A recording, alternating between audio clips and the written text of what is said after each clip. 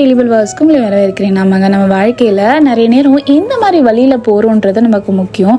அதாவது நல்ல வழியில் போகிறோமா, கெட்ட வழியில் போகிறோமா, உலக பிரகாரமான வழியில் போகிறோமா, இல்லை ஆவிக்குரிய வழியில் போகிறோமா.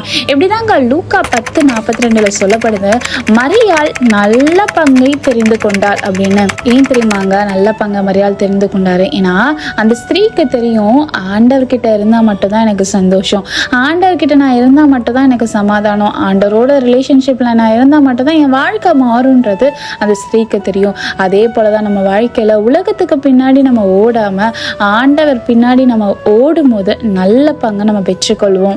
நிம்மதின்னு நம்ம நிறைய இடத்துக்கு போகிறோம், பீச்சுக்கு போகிறோம், படத்துக்கு போகிறோம், நிறைய காரியத்தில் போயிட்டு எனக்கு கொஞ்சம் நிம்மதியாக இருக்கும், அங்கே போனால் என் மைண்டு ஃப்ரீயாக இருக்கும் அப்படின்னு சொல்லி நினைக்கிறீங்க.